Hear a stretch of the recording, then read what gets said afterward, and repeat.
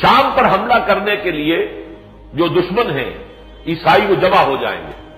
وَيَجْمَعُ اہل الاسلام، اسلام والے لوگ بھی مسلمان بھی ان کا مقابلہ کرنے کے لیے جمع ہو جائیں گے. فَتَشَرَّطَ الْمُسْلِمُونَ شُرْطَةً، اب اس میں 3 دن کے بارے میں آتا ہے کہ جنگ بڑی خوفناک ہوگی. پہلے دن مسلمانوں میں ایک جماعت ہوگی ڈیتھ اسکواڈ، جو یہ طے کر لے گی کہ ہم واپس زندہ نہیں آئیں گے، یا فتح یا موت. تمام دن جنگ ہوگی. شام کو جنگ جو ہے فتح اور شکست میں تبدیل نہیں ہو سکے گی، بلکہ ایک طرح کا رات آ گئی تو جنگ بند ہو جائے گی، اور وہ جو ڈیتھ اسکواڈ تھا وہ ختم ہو جائے گا، مسلمان سب کے سب شہید ہو جائے گا. دوسرے دن پھر ایسا ہی ہوگا، پھر کچھ لوگ جو ہے طے کریں گے، عہد کریں گے اور شرط لگا دیں گے یہ کہ یا مریں گے یا فتح، لیکن فتح حاصل نہیں ہوگی، وہ سب کے سب جو ہے فوت ہو جائیں گے، لیکن شکست بھی نہیں ہوگی. تیسری مرتبہ بھی یہی ہوگا. لیکن فرق فرمایا چوتھی مرتبہ فَإِذَا كَانَ يَوْمُ الرَّابِعِ، جب چوتھا دن آئے گا لَهَدَا إِلَيْهِمْ بَقِيَّةُ أَهْلِ الْإِسْلَامِ، پھر تمام جو مسلمان لشکر تھا وہ پورا کا پورا ان پر ایک ہی مرتبہ ٹوٹ پڑے گا. فَيَجْعَلُ اللَّهُ الدَّبَرَةَ عَلَيْهِمْ، اللہ تعالی دشمن کی پیٹھیں ان کی طرف کر دے گا، یعنی دشمن بھاگے گا، پھر انتہا جو شکست کھا کر بھاگے گا.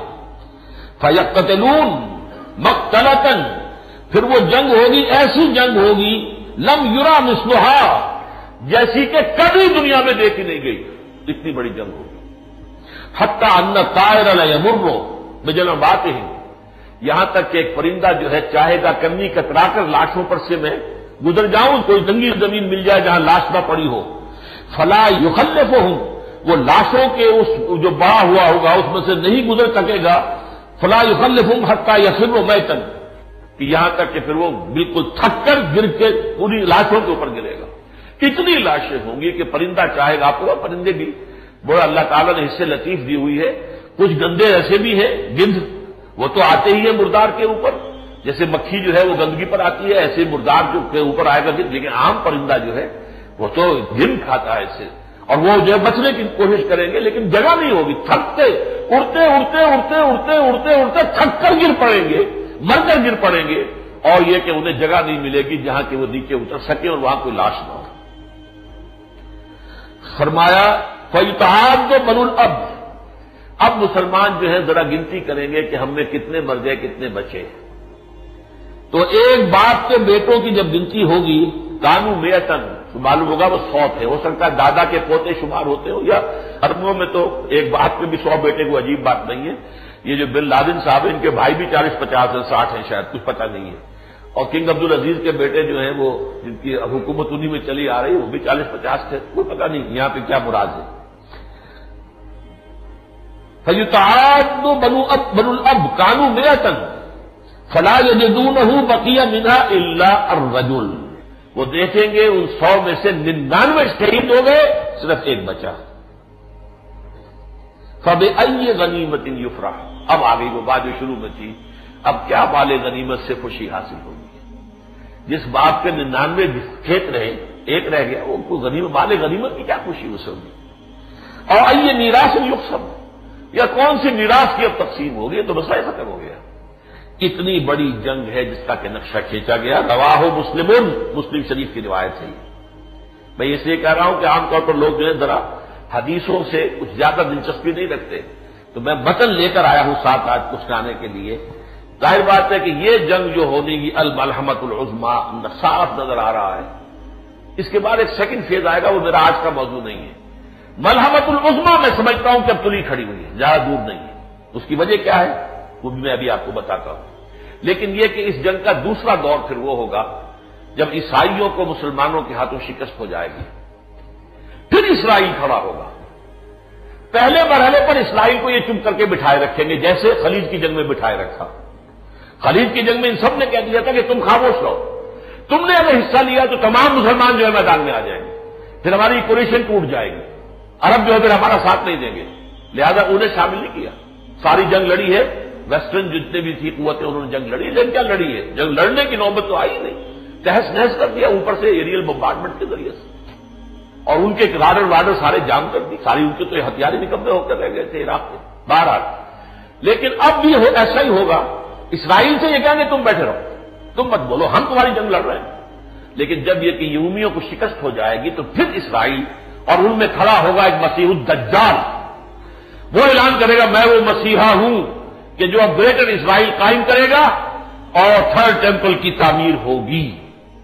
اس موقع پر پھر اللہ تعالی حضرت مسیح کو نازل کر دیں. المسیح ابن مریم جو کہ اصل مسیح ہے وہ اسے قتل کریں گے اور اس کے بعد مسلمانوں کے ہاتھوں یہودیوں کا قتل عام ہوگا. ایک ایک یہودی چن چن کر قتل کر دیا جائے گا. اس کی حدیث میں آپ کو پہلے سنا دیتا ہوں. عبداللہ ابن مسعود سے ہے, مسلم شریف کی روایت ہے, حضرت ابو ہریرہ سے ہے رضی اللہ تعالی عنہ. عن ابی ہریرہ قال قال رسول اللہ صلی اللہ علیہ وسلم لا تقوم الساعة حتى يقاتل المسلمون اليهود. حضرت ابو ہریرہ روایت کرتے ہیں کہ حضور صلی اللہ علیہ وسلم نے فرمایا قیامت قائم نہیں ہوگی جب تک کہ مسلمان یہودیوں سے جنگ نہیں کریں گے. فیقتلهم المسلمون, اور مسلمان انہیں قتل کریں گے. حتی یختبی الیہودی من وراء الحجر والشجر, یہاں تک کہ اگر کوئی یہودی کسی پتھر کی چٹان کے پیچھے یا کسی درخت کے پیچھے چھپے گا, فیقول الحجر والشجر, تو وہ پتھر چٹان اور وہ درخت جو ہے پکار کر کہے گا یا مسلمو, اے مسلمان, یا عبداللہ, اے اللہ کے بندے, ھذا یہودی خلفی, آؤ یہ میرے پیچھے چھپا ہوا ایک یہودی جو ہے, فتعال, آؤ, فاقتلہ, اسے قتل کر دو.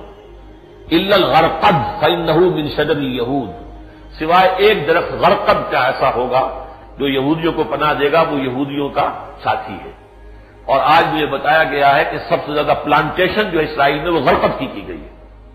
اب مجھے نہیں معلوم وہ درخت کیسا ہے, کس نوعیت کا ہے, لیکن سب سے بڑی پلانٹیشن غرقد کی گئی. یہ مرحلہ آئے گا حضرت مسیح علیہ السلام کے نزول کے بعد, اور اس کے بعد پھر پوری دنیا کے اندر, چونکہ حضرت مسیح جب آئیں گے عیسائیت کو ختم کر دیں گے. عیسائیت کی عبادت سارا کھڑا ہوا سلیب کے اوپر, وہ کہے کہ سلیب پر میں چڑھائی نہیں, تم کیا کس چکر میں پڑے ہوئے ہو, یکسر السلیب, وہ سلیب توڑ دیں گے.